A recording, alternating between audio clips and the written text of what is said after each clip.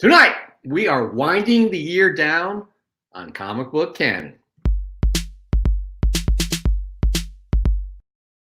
That is right. The last days of 2020. A lot of us are looking forward to 2021 because 2020 has been a challenging year. But I'll tell you what, we've all gotten through it together with places like this to talk about our favorite hobby together. We got through it together. And let's hope for better days in 2021. With me tonight, as always, is my good friend and co-host, Chris. How you doing, buddy? I'm here, man. So 2020 has been the year of everything screwing up, including my internet. So I'm just glad to be here. Yeah, this is our last show of the year. Man, I'm ready to pop some bottles. Yeah, seriously, I'm about to pop some bottles too because it was a challenge getting Chris to not freeze up all the time. So he switched to his phone. We are good right now. He's got his computer here, his phone right there. So we are good. We're going to get the show done. We're going to have a good time tonight, guys. The last show of 2020. We got things to talk about, such as the news. There's plenty of news still to be talking about. Specifically, DC news, like a lot of DC news. You all saw Wonder Woman dropped last Friday. We saw it. We got things to say about it. Also, we got our Cosmic Minute with Tom Tormey. Tom Tormey will be here live tonight just to talk some shop like he does. We also, speaking of shops, we have fresh from the comic shop. We'll have a props or slops with JoJo from Comics and Flicks. And as always, our top 10 hottest comics of the week. It'll be a fun show. Super hyped. Chris, you ready to get this started? Because you're getting this started. Oh my gosh, he may be frozen. Chris, did you hear anything I just said? Yes. Am I with you? You are now. Okay, you ready to get this started? Because you got the first story. How about it? Let's have at it. Go for it.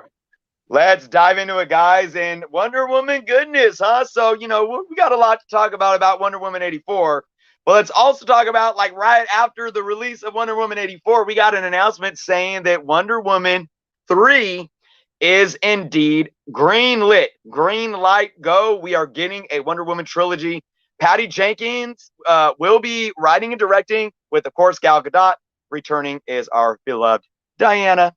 As fans around the world, this is a quote from Warner Brothers chief Toby Emmerich. As fans around the world continue to embrace Diana Prince, driving the strong opening weekend performance of Wonder Woman 1984, we are excited to be able to continue her story with our real-life Wonder Woman gal and Patty, who will return to conclude the long-planned theatrical trilogy. So this is exciting for me.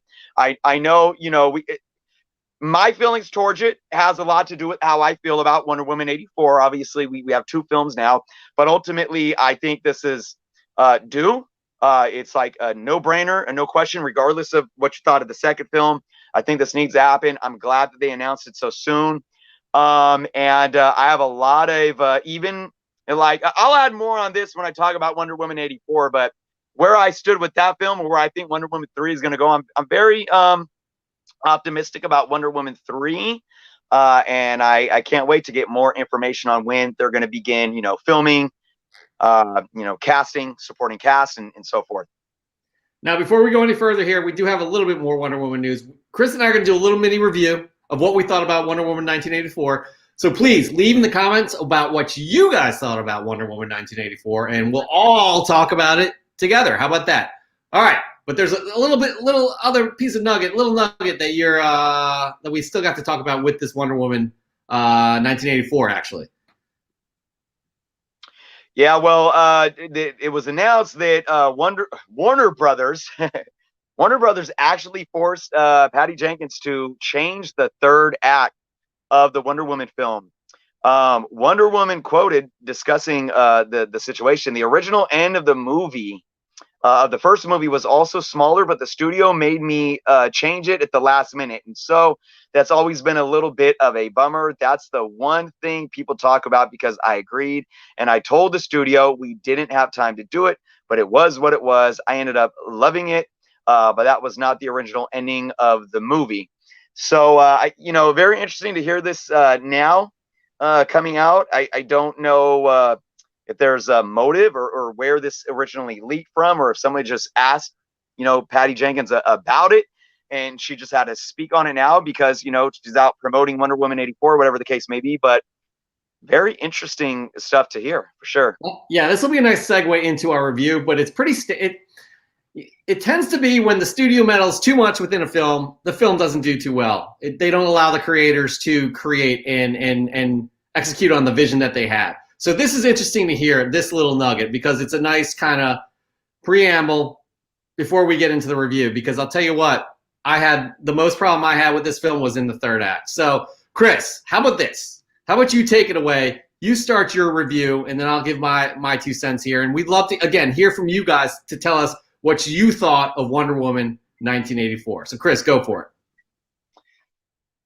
Well, I did a video on my channel. I talked for 30 minutes. It was an in-depth review, but you know, I think the thing to recognize here is the bar was set really high with the first Wonder Woman film. You know, our expectations were way up here. A lot of us have been disappointed by much of what the DCEU has been bringing us. So we're going into this movie like, you know, it's going to save us, just like the first movie did. This is going to keep that. And I think people went into this and disappointed themselves. I came out of this movie, I watched it twice, and I came out of it enjoying a lot of elements that were in it. But I do feel it fell short. Obviously, I don't think it had anything on the first film whatsoever. But another thing that I will say is I don't understand the hate. Like, I still went in this film, and it's an entertaining movie. Gal is just amazing. Look, you know, like, I don't care what she's doing. You know, she's on screen, and I'm just like, okay. And especially when she's in the Wonder Woman costume and doing her Wonder Woman thing, she's just freaking amazing, man. You know, so then you had, you know, Pedro Pascal, who I thought this guy is top tier, man. I really hope he gets more recognition moving forward. I hope he wins an Academy Award at some point for a role. Not saying for this one. I'm just saying, like, I do feel he's that caliber. I feel, though, that the character development was off. All right. But you could still see what he tried to bring to the table. Chris Pine, he's great. You know, him coming back was whatever to me. You know, it didn't really do anything to me. I felt the humor was natural, you know, and that was fun. Kristen Wiig, now that I'm looking at it, I think they probably could have cast somebody better. And ultimately, though, you know, without giving too much like spoilers or whatnot, I don't think my issues with her character were really her. Although I do feel there was a stronger actress that could have done a better job. I just feel like it was the writing. Basically, like I said, without going into too much spoilers, I will say that Cheetah got the Venom treatment, you know, the Spider-Man 3 Venom treatment, basically. that, you know, so it didn't fit. So here's the thing. Oh, let me talk about, do you want to jump in here, Jeff, or do you want me to kind of round it off? I'll jump in first. Yeah, I'll jump in. Okay. Guys, I was expecting something great. I really liked the first movie. I didn't think it was like, you know, mind-blowing, because we have seen some mind-blowing comic book films. I thought it was great. I did think it helped solidify and ground the DCEU. I'll tell you what, this film didn't move the needle either way for the DCEU, in my opinion. I'm going to give it a 6 out of 10. I thought Pedro Pascal was the best thing about the film. He was excellent in it. I thought things fell short in that third act. They left a lot of questions unanswered, and it just I liked Cheetah. I liked the inclusion of Cheetah. I thought they could have probably had her come in much earlier, but it was an enjoyable film. It was entertaining. I've only seen it once. I may watch it again. I'm disappointed in it, though. A 6 out of 10 is you know, I was expecting much better than that. So I hope they rectify a lot of things in the third. They're not going to fix anything from this film, but I'm glad that they're getting another shot here and hopefully move the DCEU forward. We're going to have a lot to talk about about the DCEU within this news segment. But Chris, I would wrap it up. But before you wrap it up, I want to bring Tom Tormey. That's right, at Cosmic Comic History, because he's got a few words to say about what he thought about Wonder Woman 1984. Just a few words here. I'll just say a few quick things. Hi, everybody. Thank you again for having me on. It's an honor, as always. I have to agree with your assessment of the film emphatically. You did a great job talking about it. Great job summarizing it. I just have my few nitpicky things, and of course that is the nature of my whole account, is to nitpick things. So my big ones were, how in the world did this culture changing artifact somehow end up in a mall in Washington, D.C.? I'm not really sure. I do know they had some prequel comic books. Maybe they addressed it in there. I'm not sure. I have to look that up. A whole movie set in 1984, but really, in my opinion, it could have been set anytime. You're right. 84 didn't really factor in. Warner Brothers produced the whole movie. You would imagine that a company as large as that would have access to a library of music from that time period. And I don't believe they played a single song from the 80s in the entire film. Wow, that's a good point. I watched it twice, and I didn't really pay much mind. I think they may have. I don't know. Maybe someone else could tell me. And my final complaint. No, that's not true. I have a lot of complaints. But all right, I'll say two final things. One, when I was so I nerded out to see the invisible jet in the movie, I admit. But then after a second, I thought, wait a minute, did she just touch it to make it invisible? I'm not really sure. She touched the jet, and she's like, "Oh, this is one of my powers." Is it? When was this one of her powers? I'm not sure. That came out of left field. I did enjoy it, and I did enjoy that the jet took forever to get through the fireworks. It looked beautiful. Those are two things that looked beautiful, but it didn't really make much sense. Why? Great, the invisible jet, but really, why? It didn't. But and also when they flew through the fireworks, it seemed to take forever.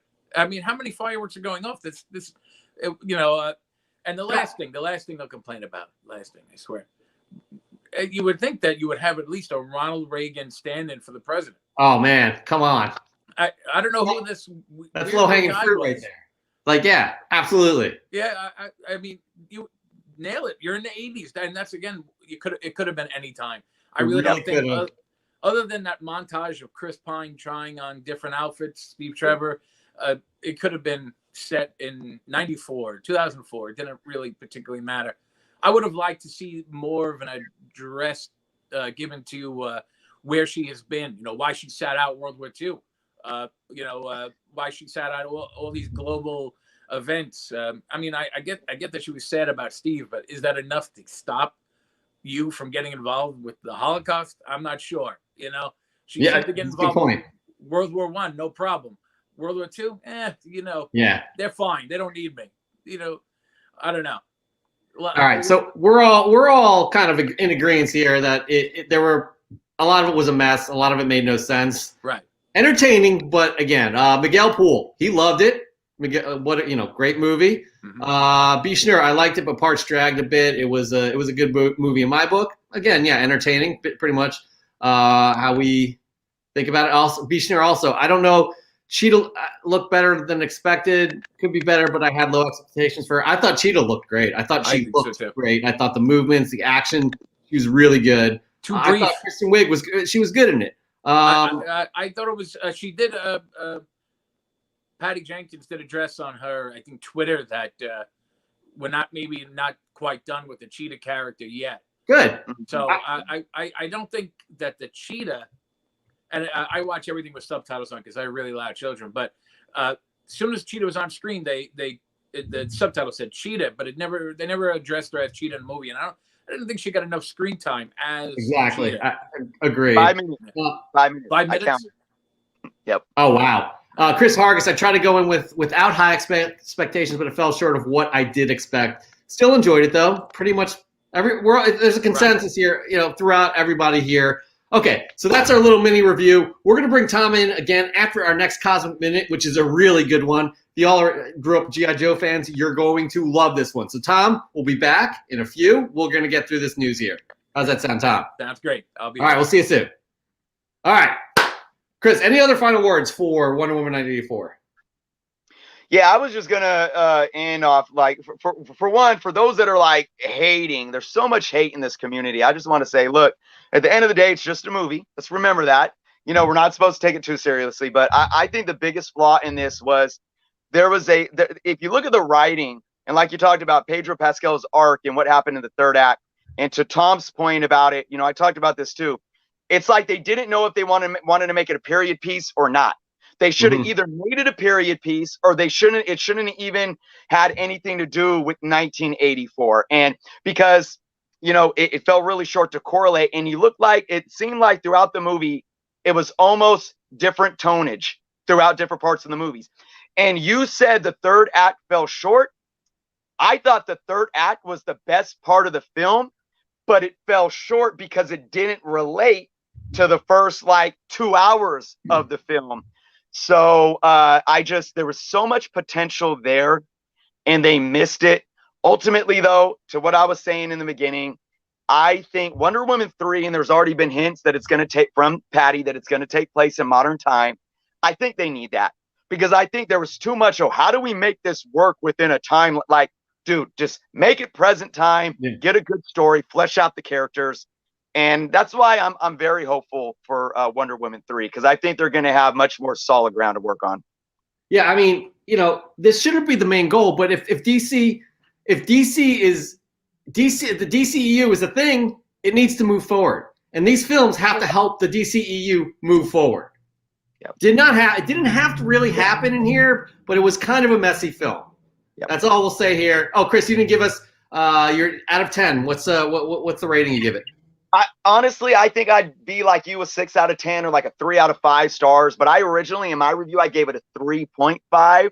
And I did that, I think, merely because, we've been so starved all year long. Yeah. And it was so refreshing to see a movie at least of this kind, at least entertain me. And it allowed me to not get so fixated on all the little the little issues and stuff. So that's why I kind of gave it a little bump, but if that makes sense. Yeah, I'm the same way. I'm always rating my movies on IMDb just for me so I can go back. Oh, what I think.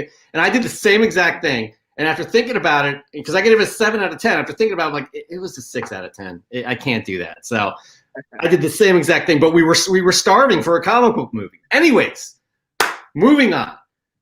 Speaking of setting expectations high and just kind of meh, Spider-Man suit. There's a new Spider-Man suit. Can you believe it, people? That's right. There will be a new Spider-Man suit in issue 62. As you can see here, this wonderful blue, silver, and amber thing that Spider-Man is wearing here. Is the suit specifically designed for this story arc in Amazing Spider-Man 62 and 63. As Dustin Weaver, the artist who designed the suit, said, this design was really a collaborative effort between Nick Spencer, editor Nick Lowe, and I. They reined in the weirder and more techie features I was bringing and helped create something that I think is simple and both futuristic and classical. Weaver said, I can't wait to see Patrick Gleason, the current artist on the run, really bring it to life. Okay, well, you know what? My first impressions of this suit is it's horrendous. It's awful. But I'm going to reserve further judgment because maybe there's something about the story that there's events in the story where he has to wear a suit like this and he never has to put it on ever again. Because they say following the traumatic events of Sin's Rising, Peter Parker will wear this new suit for his face-off against Kingpin in the next arc of writer Nick Spencer's hit run. I'm not sure if it's a hit, guys. I'm not sure.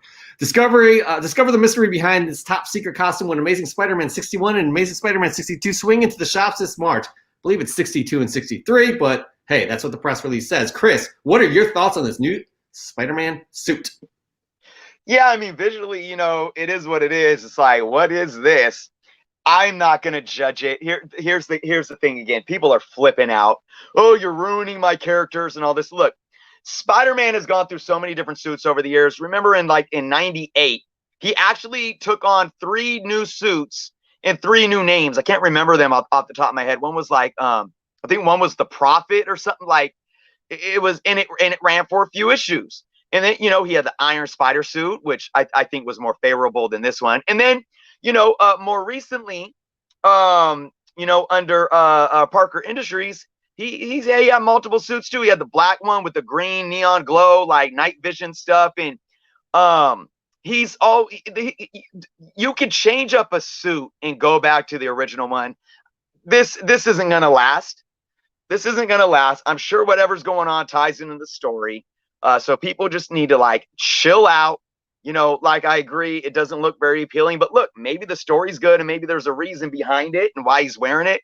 And dude, just let it be. Read the story and then let's revisit this. But you know, I'm not gonna put too much thought or judgment into it. You know, again, here this is comic books. You know, I've already seen people in groups, you know, getting so hateful. Oh, you're ruining my characters, and just, you know, really sensationalizing these things and then attacking other people who disagree. It's just crazy. It's like nobody can do anything these days without being it's not even that we have negative opinion. Like you and I could sit here and say, well, that's kind of ugly.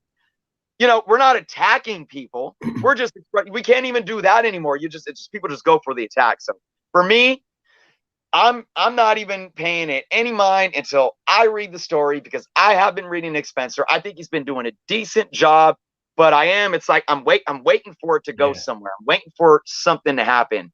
So. Decent is not good enough for your marquee character. And better than Dan Slott. That's what I gotta say. Yeah, well, there's a lot of hate towards him. All right, Matt Stajduhar. I hope I pronounced that right. I won't judge until I read the issues. Obviously, it won't last. It can't last. It can't. Everybody, the iconic blue and red.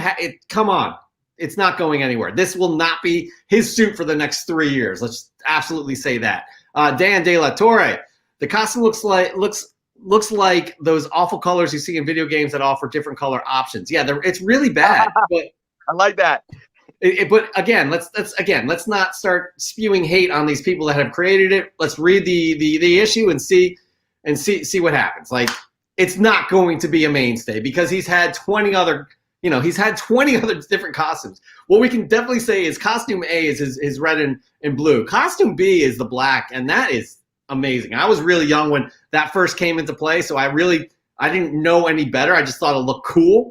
I wonder if a lot of the old heads really thought that, like, we're feeling the same way we felt. I don't know, but I can see why they would. They were used to that suit for the past 20 some odd years. Anyways, moving on, Chris. We'll see. We'll just have to see what happens with the Spider-Man suit. But moving on, we have a trailer to share with everybody, don't we? Yeah. So, you know, CW is back at it. Superman and Lois. Jeff, I think you and I are on the same page with a lot of our CW stuff. You know, they really get something rolling from the get with some of their shows like Arrow and Flash, and then it just seems to die off. And for me, I'm a bit skeptical at what they put forward these days, but watch this trailer and hey, I think we might be a little hopeful. So we want to roll it. And we all begin as one version of ourselves. But as we grow, life changes us. Every moment shaping our character, shifting our priorities, stretching every fiber of our being until we think we've lost ourselves to the stress of it all.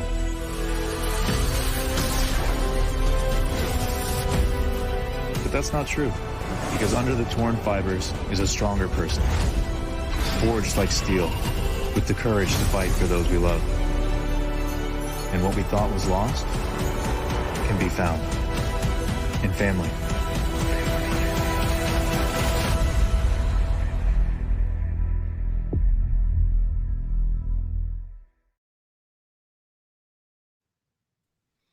Here's the deal. This is how this came about. Chris texted me earlier in the week. He's like, new Superman and Lois trailer. I'm like, nah, because, you know, honestly, I've fallen off Arrow. I big time I fell off Arrow. Big time I fell off Flash. I thought, you know, the first season or two were great. I gave Batwoman a chance. I gave one episode it lasted for me. I'll be interested to see what they do this year. So when he said that, I'm like, and then I watched it. I'm like, this is not bad. There's something different. There's a tone that's different. There's not a "you failed my city" soap opera kind of thing going on here. Like I'm intrigued. I'm gonna give it a chance. Yeah. I give all the WB shows a chance. I really do. I've never been a fan of this Superman. He's appeared in, the Arrowverse for the last few years now.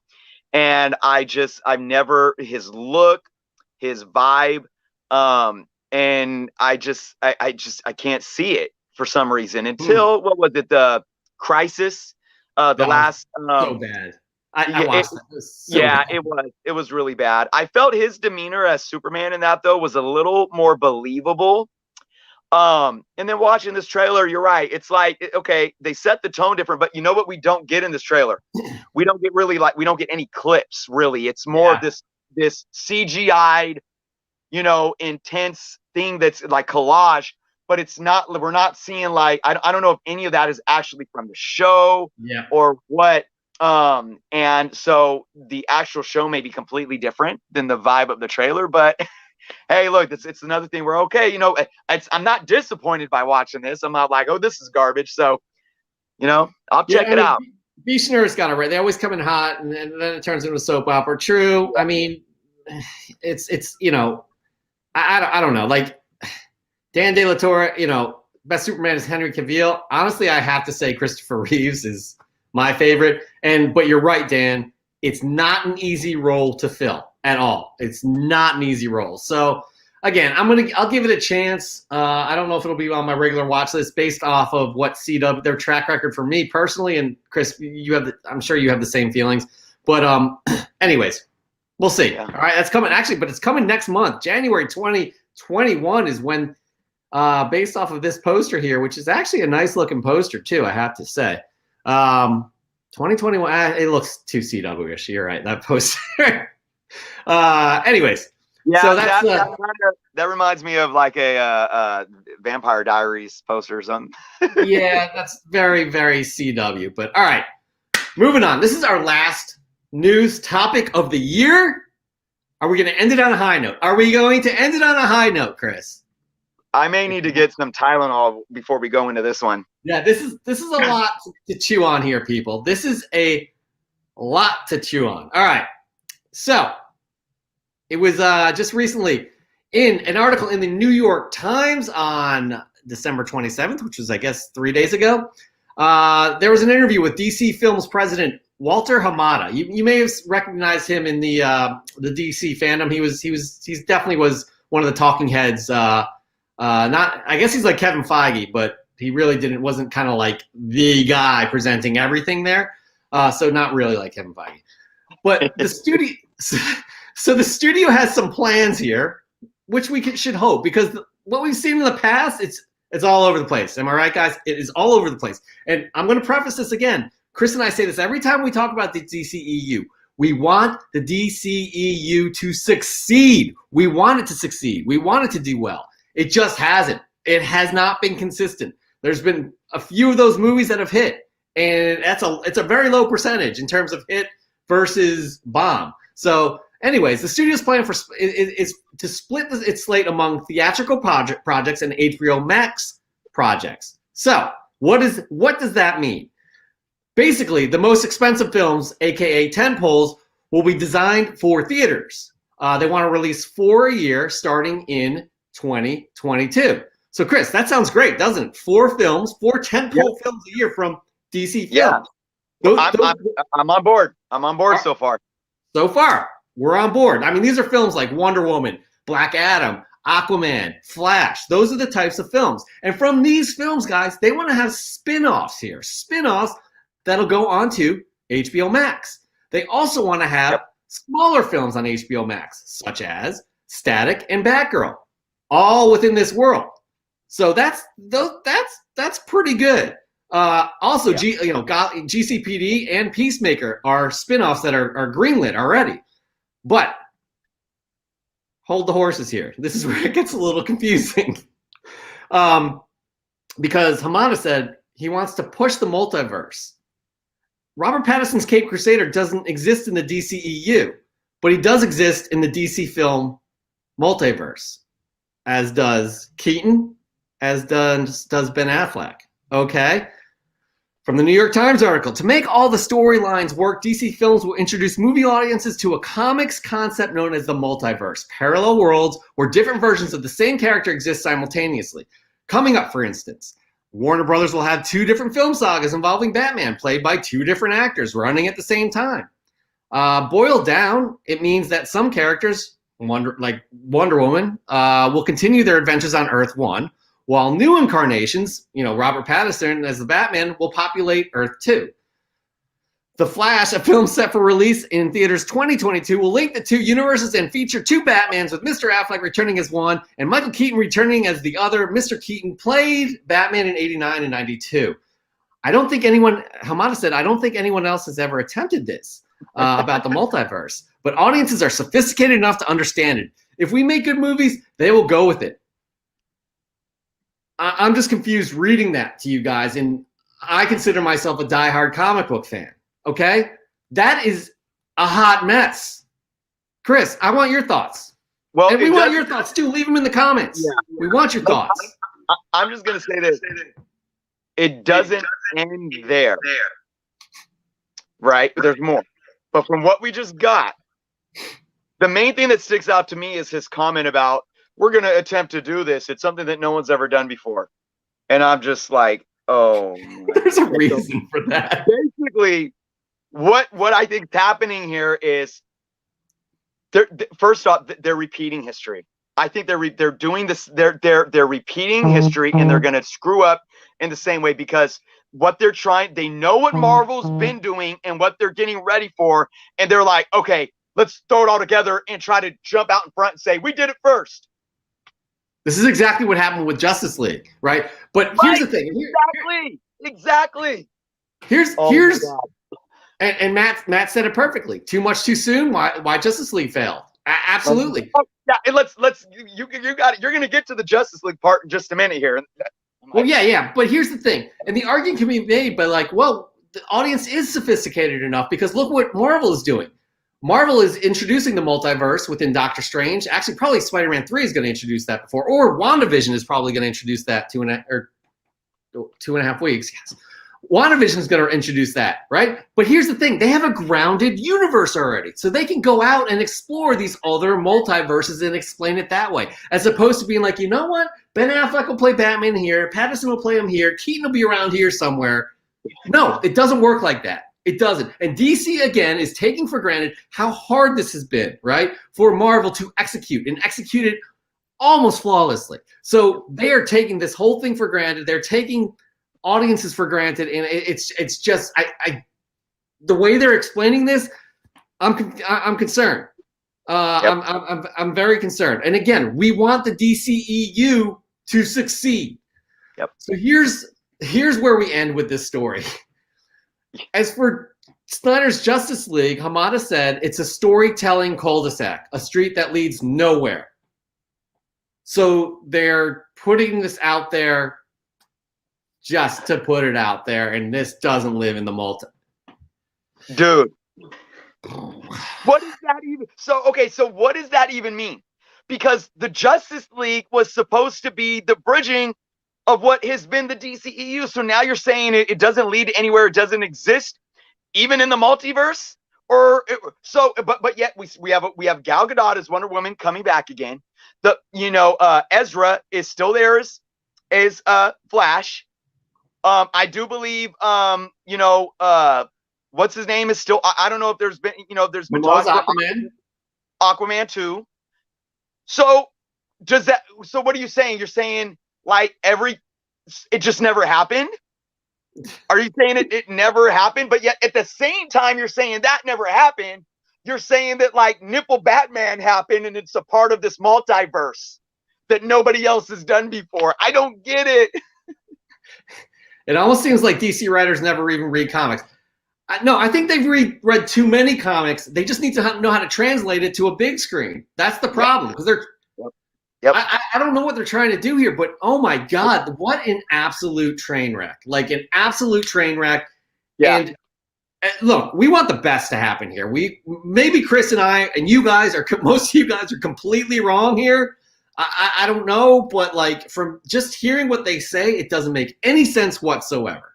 Can I add too? I really felt that this correction of the Justice League, this Snyder cut that was supposed to ground this universe that's been so shaky, I thought that was going to be the actual like beginning of the glue to where the pieces start falling in line for the DCEU. But now you're saying it's nothing. This is the complete opposite of the expectations that have been set all year long, you know, with everything the DC's been doing since COVID, with the DCU fandom or the DC fandom, and with announcing the Snyder cut.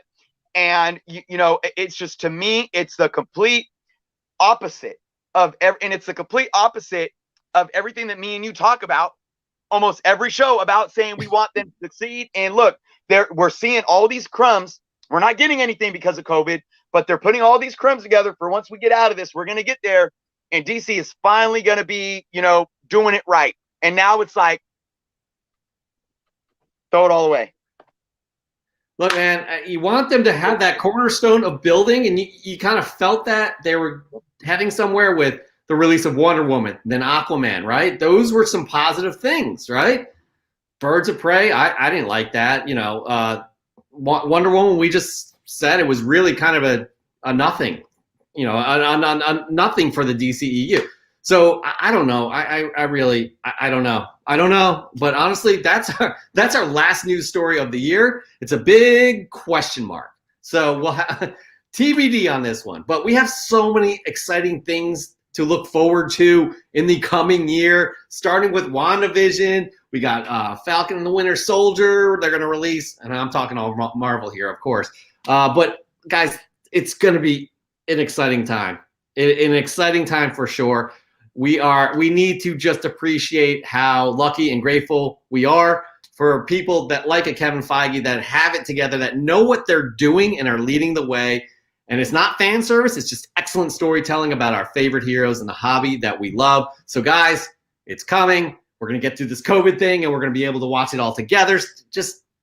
It's exciting times. All right. But also, speaking of exciting times, each and every week we do a segment called The Cosmic Minute with Tom Tormey, who is here live. He'll be speaking to us live after this. But guys, I'm a huge G.I. Joe fan. I don't know if you guys are ever a huge G.I. Joe fan, but I saw this, what Tom did, and this is probably his best one. I think I may say this every week, but this one I absolutely love because of my G.I. Joe fandom. It's a story I didn't even know about. By the way, you need to follow Cosmic Comic History on Instagram. Each and every day, Tom posts this little interesting nugget of comic book history. It's one of the first things I look at every time I open up Instagram each and every day. You should too.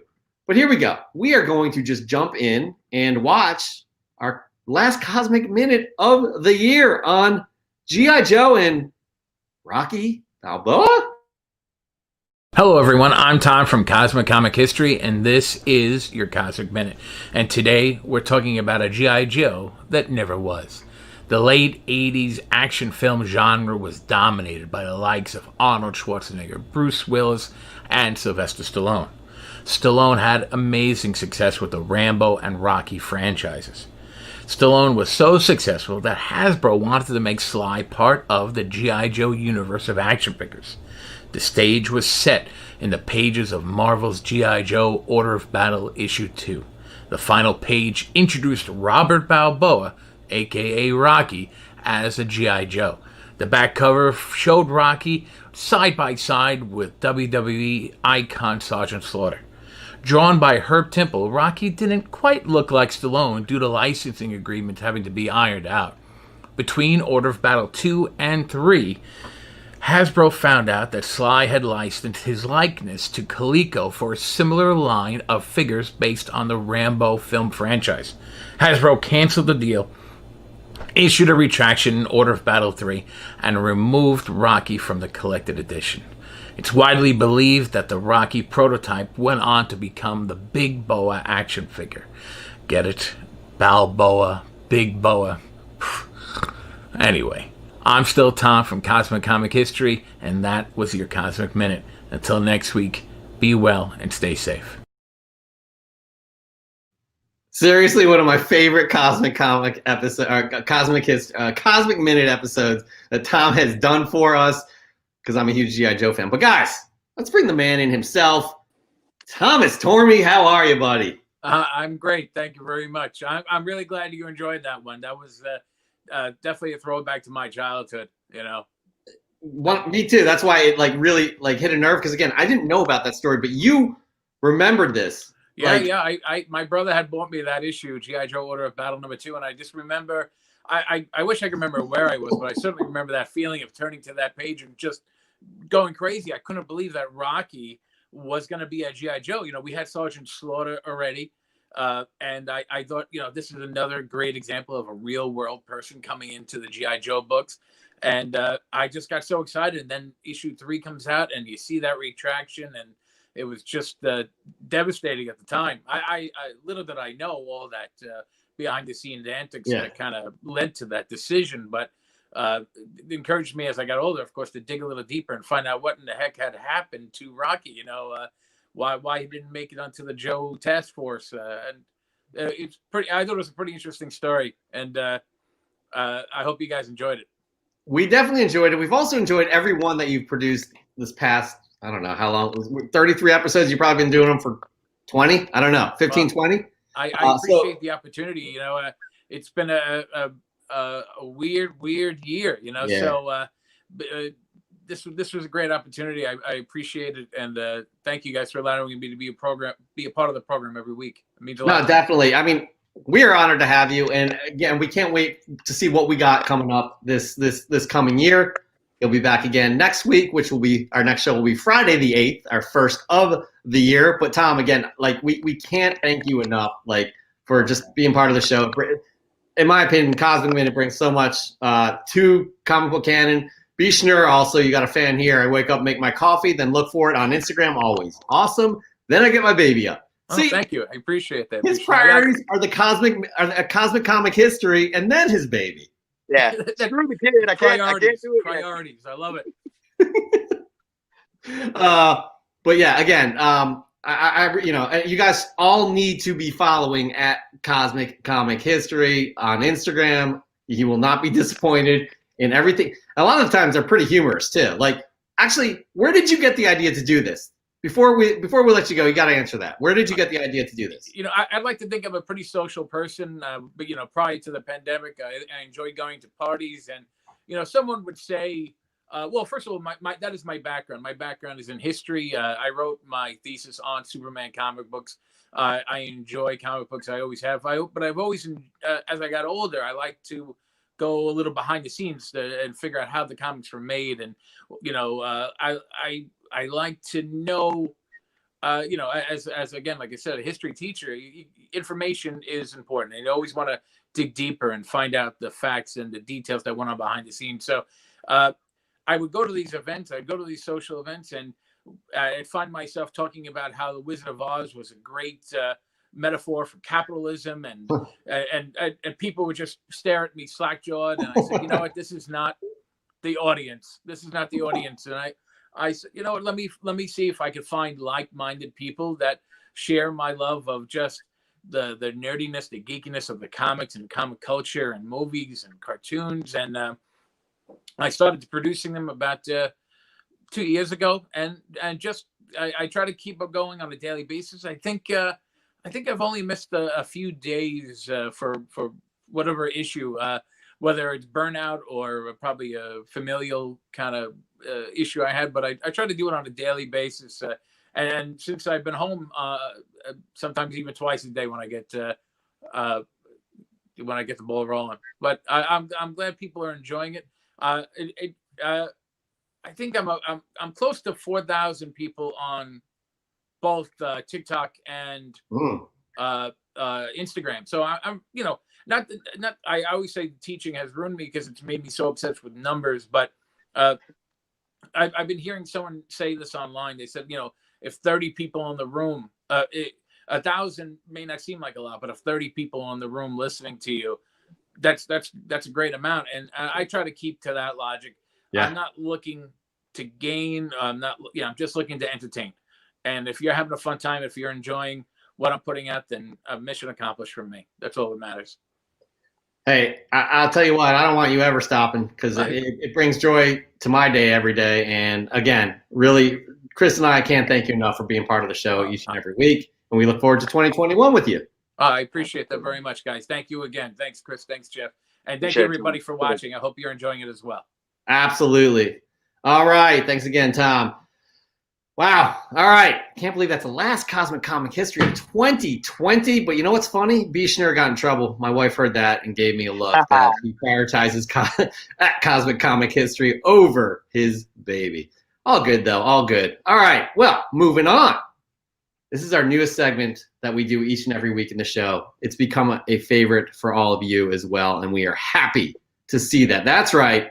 It is now time for Fresh from the Comic Shop. That's right. Each and every week, we all get new issues as comic book collectors. And Chris and I like to share what we picked up with you all, but we also like hearing what you guys got. So please leave in the comments what you guys have gotten this week. As Chris and I share our books, we want to hear from you what you guys picked up. It was a slow week. We all know that, but still, you may have done some digging in the long boxes. So let us know in the comments right now, please. Here we go. Chris, you're first. You're up first. What do you got? All righty. Well, let's go with the one on top. So I showed off last week that I've been doing a lot of Doctor Strange hauling in some Strange, just kind of specking, with the characters growing in the MCU. So I picked up Marvel Premiere number 13, first appearance of Cagliostro, who, I don't know, you never know, could show up in an MCU film or TV show or something like that.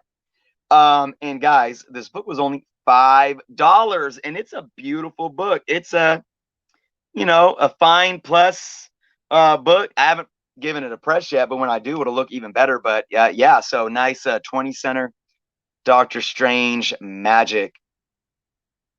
You always pick up the best Doctor Strange covers too, but Cagliostro, he played a part in the first Doctor Strange film, didn't he? Am I crazy? I don't know. I'm pretty sure. Anyways, that's a nice book especially for $5. By the way, everybody, Simon R is here. Good evening, everyone, and all my hopes for blessed and safe New Year's for everyone. Thank you so much, Simon. We wish the same for you. Moving on, though, is my first book from Fresh from the Comic Shop. And what I have here, I was doing some digging through the long boxes this past weekend, and I ran into 3 of these. Pretty happy about that, too. It is Spider-Gwen number 25. Now, this isn't the first appearance of Gwenom, the kind of this synthetic symbiote and Spider-Gwen, but this is the first cover appearance, and oh my gosh, I love this cover. I got this for $1. This was in the dollar bin, and Gwenom's going to be doing some big things coming up in a few weeks, where it's Gwenom versus Carnage. So I picked that up, see what it's going to do. So I'm really happy. By the way, I got to show you guys again. I love this cover. The colors, Robbie Rodriguez, I do believe his name is. Oh my gosh, excellent, excellent, excellent. Anyways, that is the first book I'm sharing with you guys on Fresh from the Comic Book Shop. Now, Chris, your second book. What do you got? All right. Well, I've been waiting. So this is a book I bought. Did I buy this? I bought it so this is on my previews now. I get it monthly via my previews from my comic shop. But again, I get all my previews once a month, so I don't get them weekly like most of you guys. I get them at the end of the month once they finally ship. So I've been behind on my reading of Thor. This is my Thor 10. This is the nullified variant. And I was going to read this last night, but I forgot. But yeah, I can't wait to read this because I've just been enjoying this run. I haven't read one comic book this week, so I can't wait. Hopefully I'll be able to read it tonight. No, big TV show to watch after the canon tonight. So yeah, I need to get my reading in. Dude, I love that cover. I love that issue too, by the way, but that cover, I'm really liking that, probably more than cover A. By the way, we don't normally do this. We usually wait till after Chris and I are both done to share what somebody's picked up, but Dan De La Torre snagged an Amazing Spider-Man number 41. Raw. I mean, that's the first. Is that the first appearance of Rhino? Please confirm. That's a nice pickup. Really nice pickup. Oh, Isaac, man. A couple weeks ago, I recently picked up New York Fair Comics number 96, which is the first cover appearance of Batman, Superman, and Robin ever on a cover together. That's an amazing pickup as well. Guys, keep them coming in. It was a slow week, but keep telling us what you guys picked up. It's now my turn. What do we got here? All right. So we heard a lot about this in the Disney Investor Day, and this is I got this for cover basically, but it's Invincible Iron Man number 3. Why is this issue important? This is the first time that you see Riri Williams in the Ironheart armor. It's not the first issue. You see her on the cover in the first issue, but this is the first time in the book, in story, that she puts on the Ironheart. She becomes Ironheart basically in issue 3. So I got 2 of them at cover price. Riri's gonna be hot, guys. If you see these, pick them up. If you see number 1, pick them up. If you see number 10, that's the introduction of her father, pick it up. Invincible Iron Man. All right, Christopher, your turn. All right, so I don't know if this is going to be much reading material. I might just keep it in the Mylar just because it looks so cool. But Null, number 1, this is a Marvel Tales Null. So it's basically a collection telling Null's story. So I know that I've read some of it, but I don't know if they have any new stuff. So I don't know fully what is actually in this book. But I just, look, man, I'm not. You know, I hear so many people saying, "Oh, it's so sick and old. He's everywhere." Well, yeah, you know, just like Carnage was when we were kids. You know, I'm feeling it. I'm digging the character, and I'm a fan. So I picked this up. Square bound, spine, really thick book. I got this in my previews order as well. So, like I said, this is just love that cover. I don't know if I'll read it. I might. But I want to keep this one minty fresh. That cover's sick. Null's a weird looking character too, and that guy, whoever drew that encapsulates just Null. That's with the amazing. But time out. We have another amazing pickup. Matt, very nice. Came home today with an amazing Spider-Man 1320 and 129. Good for you. Nice. He said couldn't let 2020 out end without a big pickup. Those are pretty big pickups. Hey, what is the condition of the 129? We would love to hear that. Isaac, you are too nice. Man, Jeff, you pick up some really cool books. I have to say Chris picks up some pretty cool books as well. But thank you, Matt. But speaking of a cool book, it's my turn. This is definitely a 4.5 on that Amazing Spider-Man 129. Good pickup, man. Good pickup. All right, speaking of cool books, as I said, guys, this is a fun issue. I love this. This is the second print of this issue that I got here because I like the cover better than the first print. I don't know if many of you have heard of this, but if you see this book, if you like 80s campy goodness, like a crossover of Star Wars and He-Man, this is for you. It's called Phantom Star Killer. This is number 1. This is the second print. It is just a good time. The cover looks very stoic. It doesn't really represent what is in the issue because it's just a kind of corny, cheesy on purpose, and it's just a fun read. I had to get the purple cover because it looks way better than like a maroon type cover. But guys, if you see Phantom Star Killer, give it a chance. I think you would really like it, especially from what I have described. All right, but Chris, what do you got next? Fresh from the comic shop. I missed out on that one, and I was trying to get it. I got to look into that because that is something that I was like, I want, interested in reading it, not for specking on it, even though that number 1 first print got hot. All right. I got a little bit of a lot here, guys. So, when did I do this? It was, it was in Investors Day. It was day of, and I heard the Star Wars announcements, and I said, I'm just going to go online and see what I can find.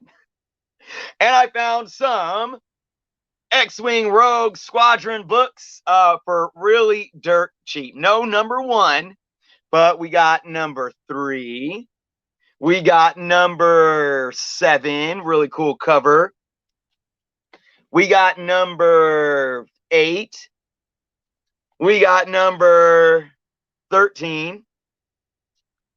Number 14. One of my favorite covers coming up. Not this one. 17.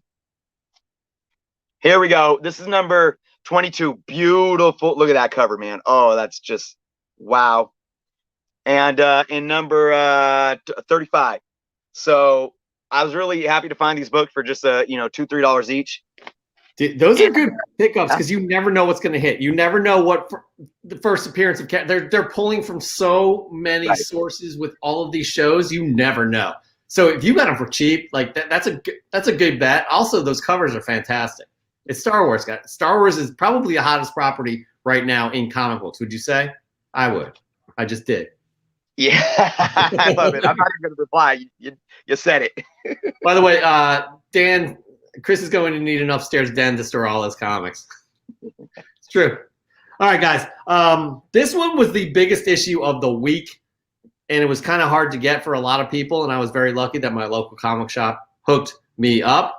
That's right. It is this beautiful, beautiful Amazing Spider-Man number 55 cover that everybody is just clamoring about. I mean, this is going to be an iconic cover right here. I love this. I mean, when they showed this on previews, everybody went and started going crazy. Look at the web. It's just fantastic.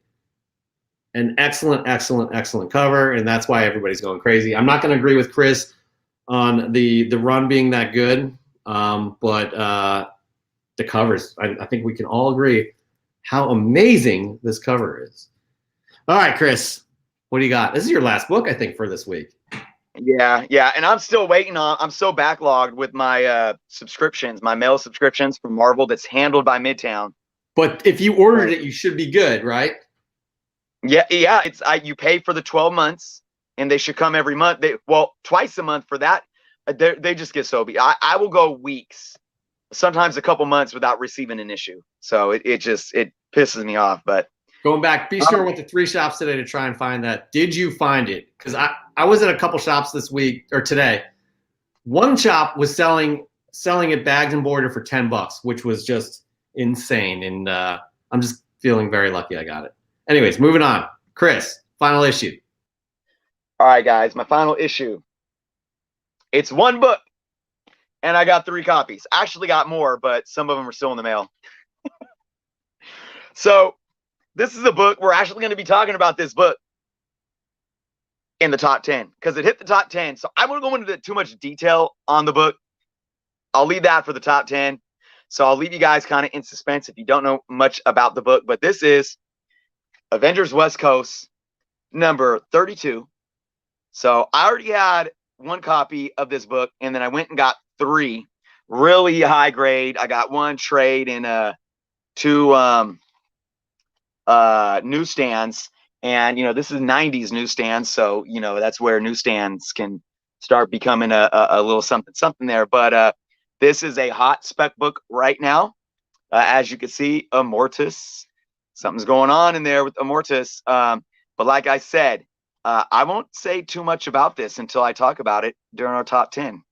Wait, when did you get that? When did you seriously? Because yeah, I got these. Okay, so I got these before there was any real talk about it.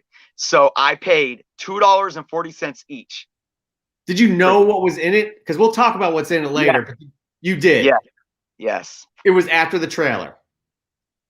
Yes. We're being coy, guys, because we're going to talk about this in a bit. But I just needed to. Wow. Okay. Good on you, man. That is good. That's fantastic. That's good stuff. All right.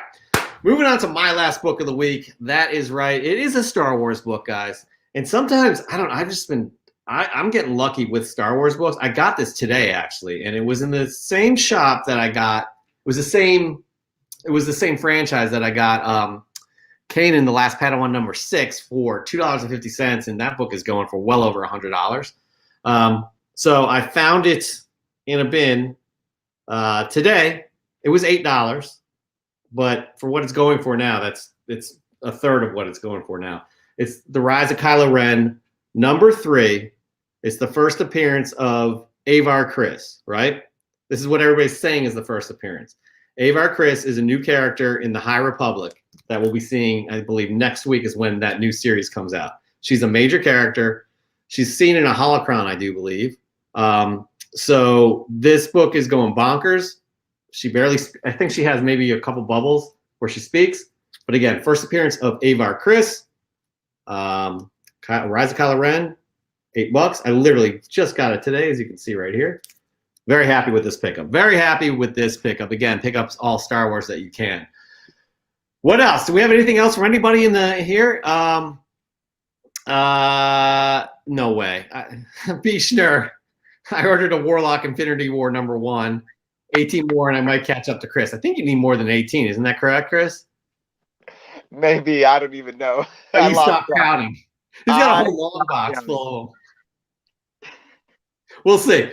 I hope that pays off for you someday. But anyways, that is Fresh from the Comic Shop. We'll be back again with Fresh from the Comic Book Shop, our next episode, which is January 8th, Friday, January 8th, a week from Friday. But we love doing this episode. You guys just keep telling us what you guys have picked up in Instagram. Tag us on Instagram. Show us on Instagram. Tell us in here. We really love hearing what you guys are picking up as well, too. It's a community. We could all just kind of be like, kind of talking about what we're picking up and see if we're all interested. Like Phantom Starkiller. You guys got to pick that one up. Michael Carter, do you think The Last Robin first print is worth getting graded? The Last Robin? Not sure. Oh, The Last Ronin. That's a good question. Absolutely. 100%, especially if you think it's a 9.8. Okay. Yeah. I mean, if you're into grading books, look, look, let me not answer that like a blanket statement, because, if you're not into grading books, don't grade your books. Don't waste the money. But if you're talking about return on investment, or just if it's going to add value to it, absolutely. I mean, I know that book is never going to sell for cover price ever again. And if you get it slabbed in a 9.8, then you're going to retain a higher return on investment for sure. I'm torn on this one because it was such a high print run. That's the demand is there though. So, but I'm definitely torn. Here's the deal. You don't have to get it graded right now unless you're looking to flip it. Then do it. Yep. But if you're on the fence about grading it, why not wait a little while? Just wait. You may as well just wait. Matt, you guys are killing. This isn't Q&A time. We're not even close to Q&A, but we'll answer this question. Any thoughts or future on Red Goblin? I don't know. I really don't know. Like, I don't know if that ship has passed. If they're, you know what I mean? Like, he was part of the what was the Carnage crossover that we had? Absolute Carnage. Yeah, I mean, that was the last time we saw Norman Osborn involved in any sort of symbiote mess. So I don't really see a future for that. Especially, I think it's getting to be overkill with symbiotes recently. So, and you don't need to apologize, Matt. I see in the comment you don't need to apologize. I was just kidding. But I don't see a future for. I think he could be back, but I don't see it being a huge event or anything like that. So, I will say, the books where Carnage symbiote took over Silver Surfer, those are money books now, and they keep increasing. So, that was only a one-time thing. But I think you got to take into consideration, like, that was kind of, it seems more unique to me with Silver Surfer, Carnage taking over the Silver Surfer than just like Green Goblin. To me, it's not about if we see him again. It's about how much we're going to be nostalgic or look back on that event saying, yo, that time the Carnage symbiote took over Norman Osborn, that was sick.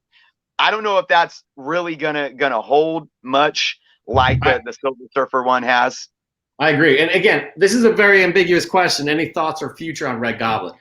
I took it as a future in the in the Marvel universe in some way, not cinematic, but the comic book world. So I don't really see it could happen again, but it wouldn't be a huge event or anything like it was in those leading up to Amazing Spider-Man 800 or so. So all right, but moving on. That was our Fresh from the Comic Shop. Guys, please save Q&A for the Q&A section. Or actually keep asking questions. We'll answer those in Q&A. Don't let me tell you what to do. You do what you want. This is your time too. All right, but moving on. We have our last props or slops for this week, you guys. We have JoJo from comics, from Flicks and Comics. Her link is down below. Please subscribe to her. She sent in, we asked her to do her props or slops, which is basically giving props to something that's happened recently or slops within the comic book world. And she did it on Hellraiser. Check it out. Hey guys, JoJo at Flicks and Comics here. Before I get started with the segment, I quickly wanted to say thank you to Chris and Jeff over at Comic Book Canon for inviting me to be on this segment today. Thank you so much, guys. It's a pleasure. Y'all rock and keep doing what you're doing. All right, guys, let's get into props or slops. All right, so today I'll be giving props to none other than horror legend / writer Clive Barker, guys. Oh my gosh, I'm so excited for Clive right now. If you don't know why, it's because he recently regained his rights to Hellraiser, guys. Yeah, you hear that? You hear that? Yeah. That is the sound of all horror fans rejoicing. Yes, guys, this is great news. I'm so happy for him though, personally, because I can't even imagine like creating something so great that became a classic in the horror genre. And I mean, not only with the movie, but like the movie was an adaptation of his book, like The Hellbound Heart. And, you know, to go from that success and just have it all taken away from you, like that must have been so frustrating for him. But I'm so happy that he has the rights back and is able to do what he wants with it now, you know?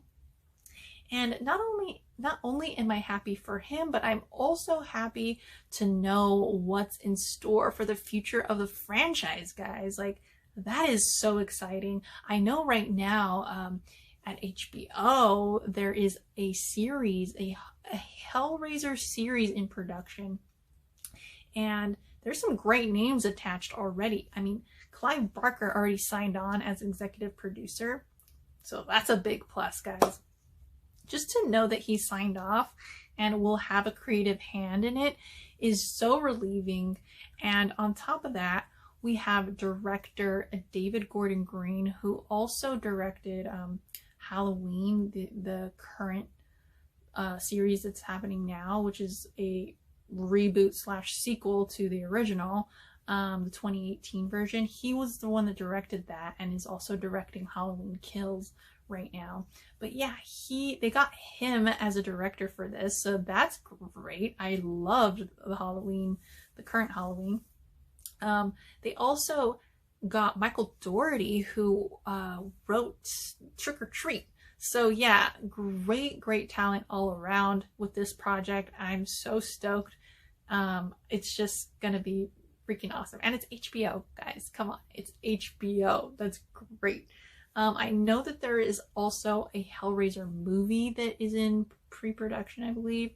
Don't know too many details on that, but I do know that he will also probably be, consulted for that movie as well. So this is just awesome. If this is what's happening now, like, can you imagine like what Clive can do? Like, he can just literally like continue from where he left off with this. Like, it's just very exciting for me. And yeah, guys, big props to Clive Barker for getting his rights back, and big props to you guys, the Comic Book Canon. Thank you all again for inviting me on here. It's been fun, guys, and yeah, I'll catch you guys next time. Later. Thank you so much for joining us on Props or Slops, JoJo. You guys need to follow her. She knows her comic books. She knows her movies. Click on the link below. Hellraiser, comic books, and movies. You know who else is looking forward to this? Isaac Maynard. I'll be honest. I'm not a huge Hellraiser fan. I'm not into the genre at all, but you have to give props to the character and the impact that character and those films have had. And the fact that Clive Barker has gotten the rights back to his IP, and all of those talented people are actually collaborating to produce new films and potentially new series and other projects within that Hellraiser world. That's got excite a lot of people who are fans of that property. Yeah, I mean, look at all of us, big Marvel fans, knowing how that hurts, seeing Fox and Sony and all these other studios have the rights to our Marvel characters. And when, you know, we know what Marvel Studios could do with them, it's probably the same with Clive. You know what he could do with his stuff, you know, put it back in his hands. And I'm with you. Like, you know, horror has been really interesting for me. Never really a fan of it growing up, but I haven't watched the Hellraiser film since I was a kid, but I remember it sticking with me. And just watching this makes me, I want to go, I want to actually see if I can find it on Hulu or HBO or something and watch it again. But I remember that film as a kid, watching it, and really, without even thinking about it, feeling like this is something different. And it was kind of like almost very ahead of its time and not like anything else. So, you know, I would absolutely watch a show that would come out on HBO. I would probably definitely even check out a film. My son is getting into the horror genre. And you know what? This, I will say too, I think this speaks to, and I know that, this isn't, you know, really in the realm of comic books, but I think that we're entering a new age of the horror genre in film in general. And we actually have comic books that can actually help lead that way with what Marvel's doing, opening up that genre within their own cinematic universe. So I think there's a lot of good things overall for the horror genre on the horizon. And yeah, this is definitely a plus. And like, hey, maybe this will be a situation, you know, where some creative stuff starts happening with shows and movies that can bring people like you and I that have never really paid too much attention to it, you know, into this genre and be like, hey, man, let's go.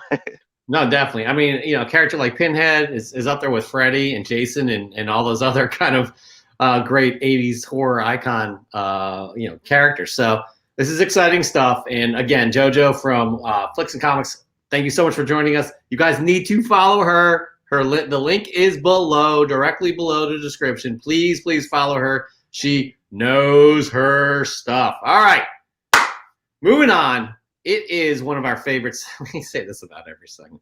It is one of our favorite segments of the week. It is the top 10 hottest comic books of the week based off of Cover Price's data. That's right. Cover Price releases their top 10 hottest comics of the previous week on Monday. Our shows are usually Friday. What we do is we talk about the list briefly, but Chris dives in and gives his top 3 most interesting books off of that list. I will say this: it's very unusual. We can make this claim here, but there is one thing that all of these books have in common this week. We're not going to say it until I list it all off. You guys need to guess what the one thing is that all of these comics have in common. Ready? Here we go.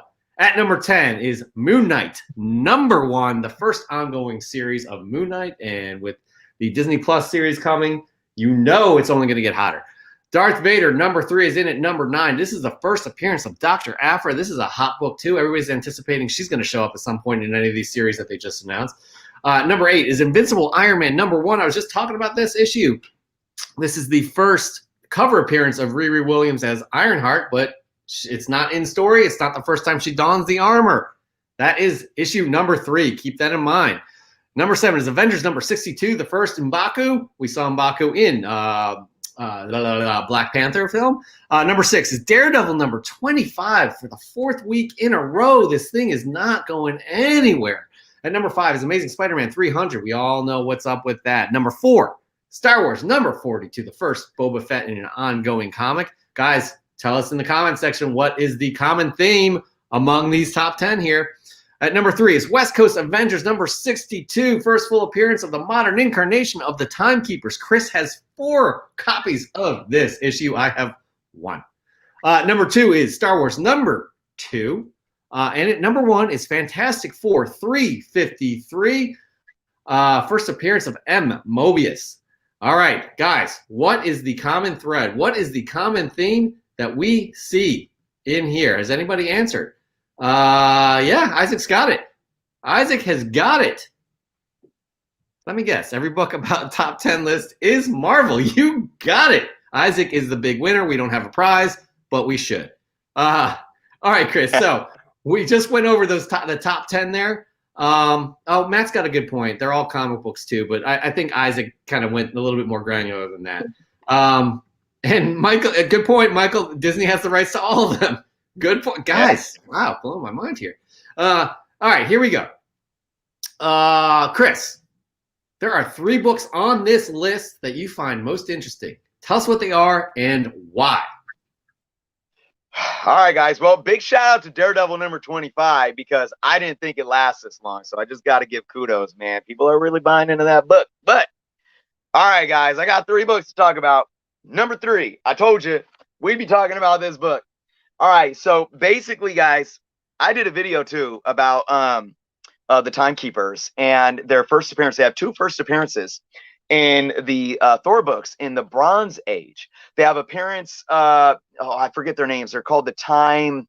Time something, and then they changed the name to the Timekeepers. Okay, but in Avengers West Coast 62 is when we see the first modern age incarnation of the Timekeepers, which is what we are seemingly going to get in the Loki show.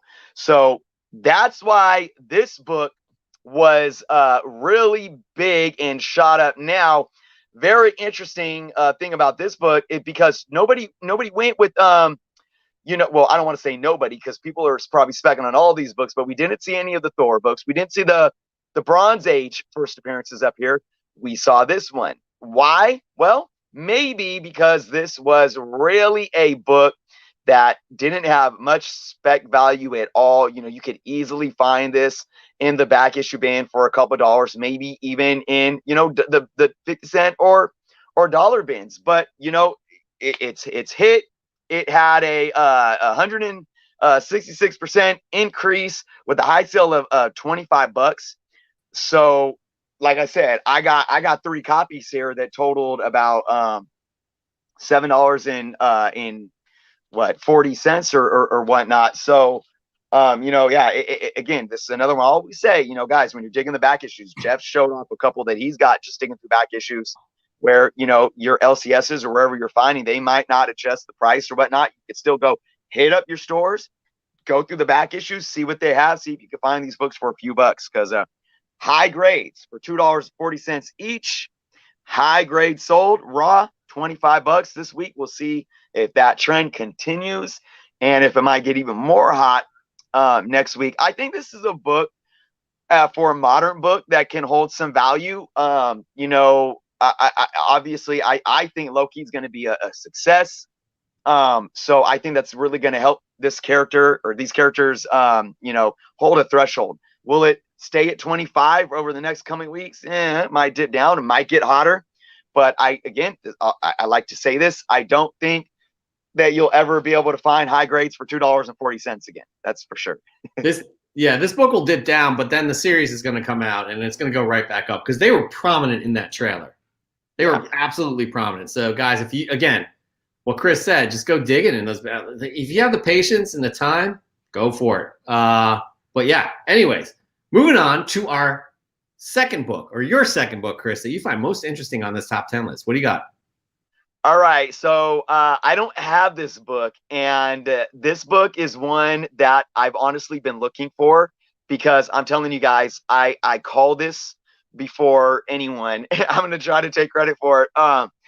But Avengers number 62 is my second book. This is the first appearance of M'Baku, also known as Man-Ape. Guys, as soon as the tragic passing of Chadwick Boseman happened, we weren't one to talk about it here. We still haven't really talked about it.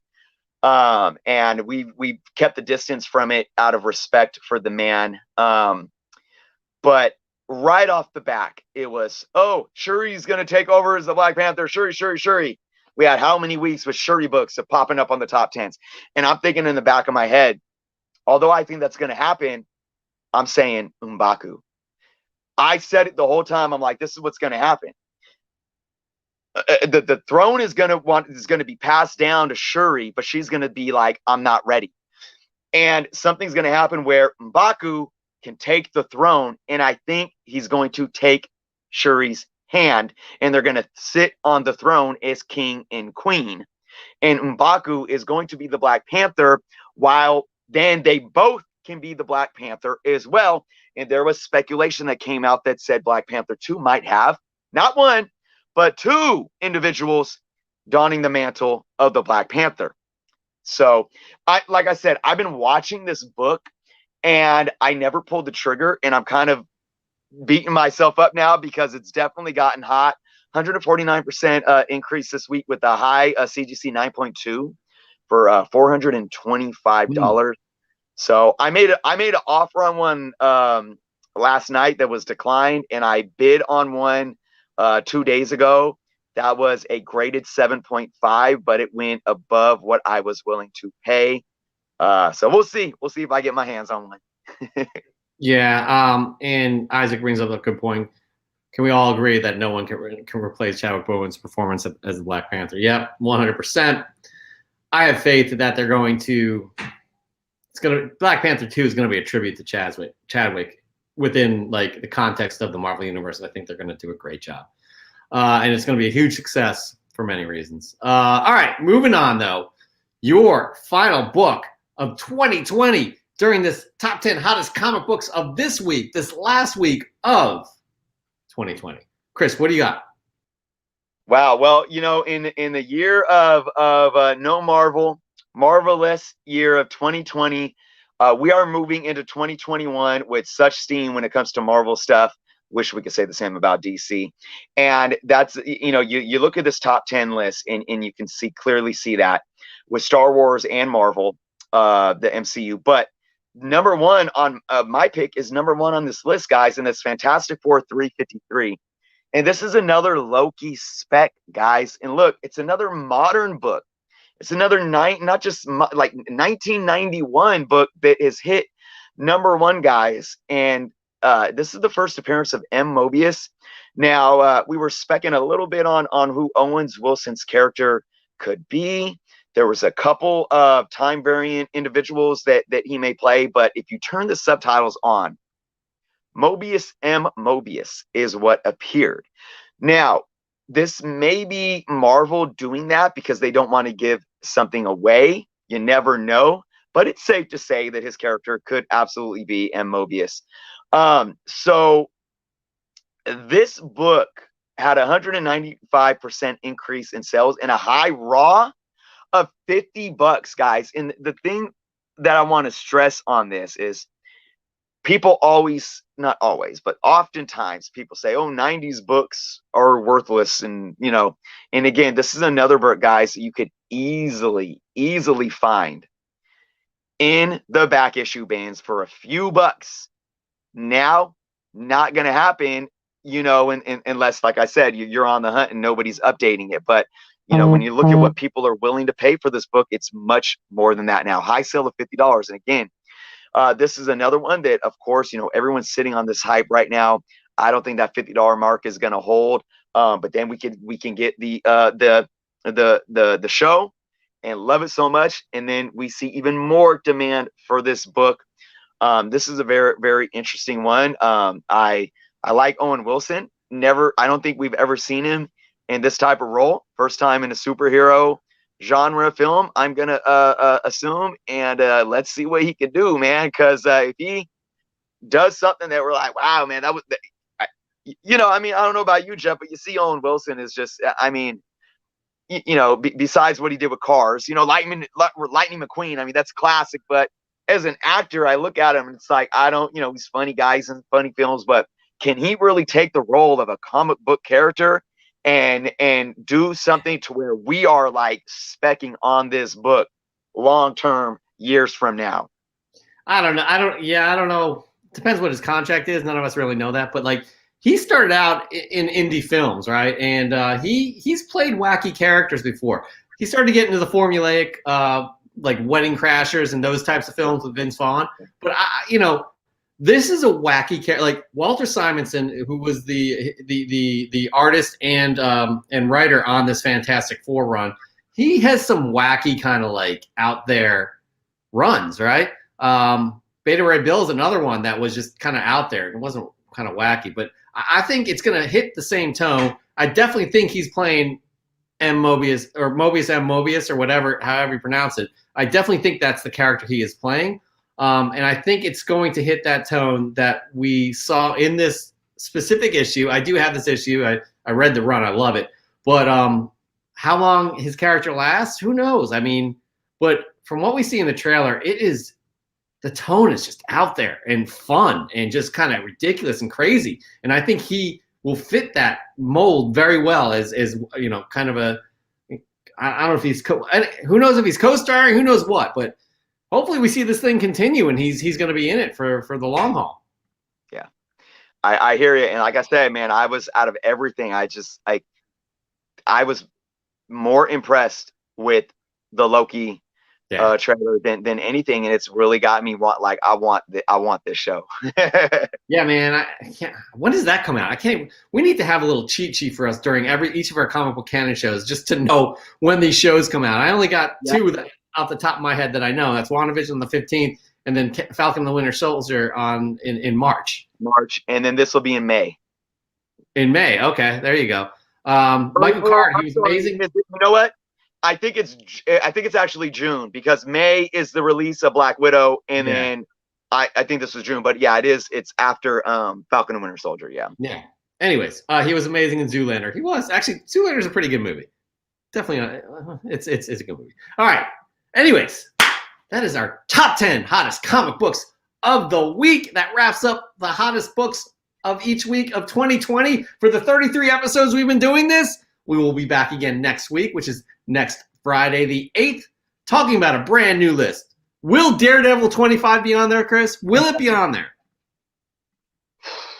Man. I'm saying no. What number was it this week?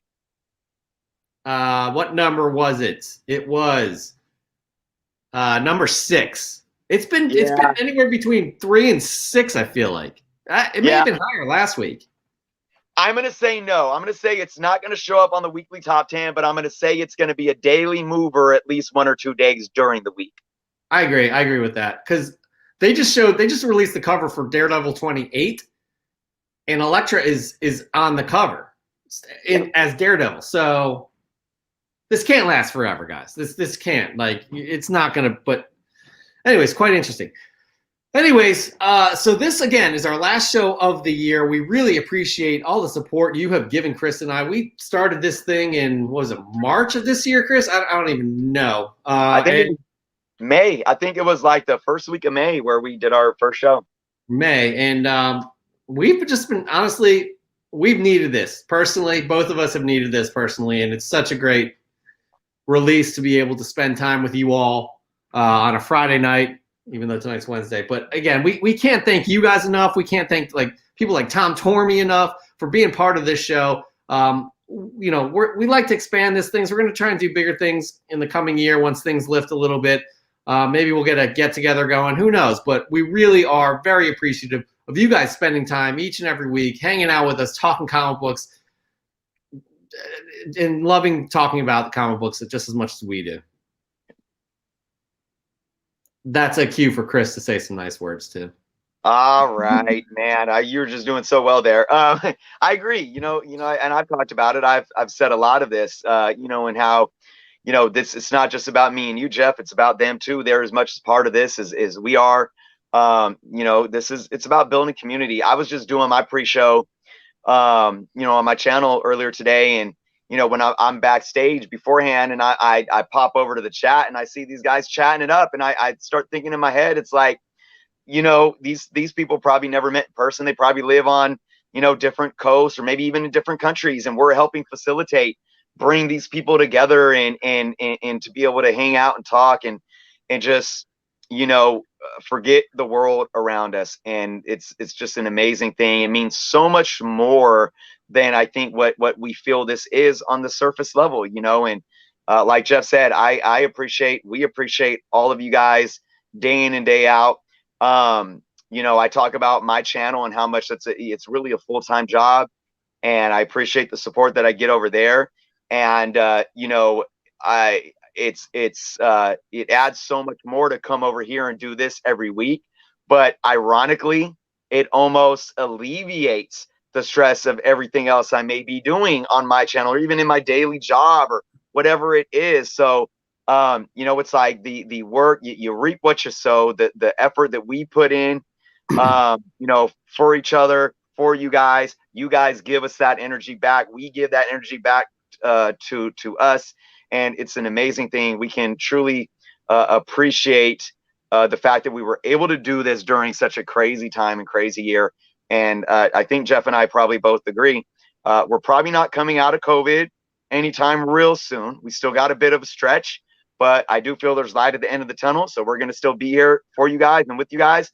But once COVID ends, I don't have any plans to stop doing this. So, you know, it's many beginnings and many paths to still travel on this comic book canon platform. Yeah, absolutely. Couldn't say it better. Again, people like Isaac, really looking forward to coming to Fridays next week. Yep, we will be live Friday. Michael, yes, this has definitely been the highlight of my day. It's been the highlight of our day as well. Honestly, we can't express to you how much this means to us to be able to do a show like this and having people watch. So it really means a lot again. And then Tom Tormey, 2021, the Return of the Cons. I can't wait to see some of you in person at the New York convention scene. Tom, I can't wait to get a beer with you, man. We got to do that hopefully sometime in the next 6 months or so. Anyways, once again, thank you all for watching. Thank you all for being a part of this community. We will be back next week, next Friday, and we will only be doing bigger and better things as restrictions lift, and we'll be able to get out and do some more fun, you know, fun segments and things like that. If you guys have ideas you want to see us do, throw them our way. We'll make it happen. Again, thank you so much. Please like, share, subscribe. Tell your friends about the show. We love doing it, and we can't wait to talk to you guys in 2021. We will say be safe, happy, and healthy. We hope you have a great New Year's, and we'll see you next week. Take care, everybody. Thank you very much. Peace.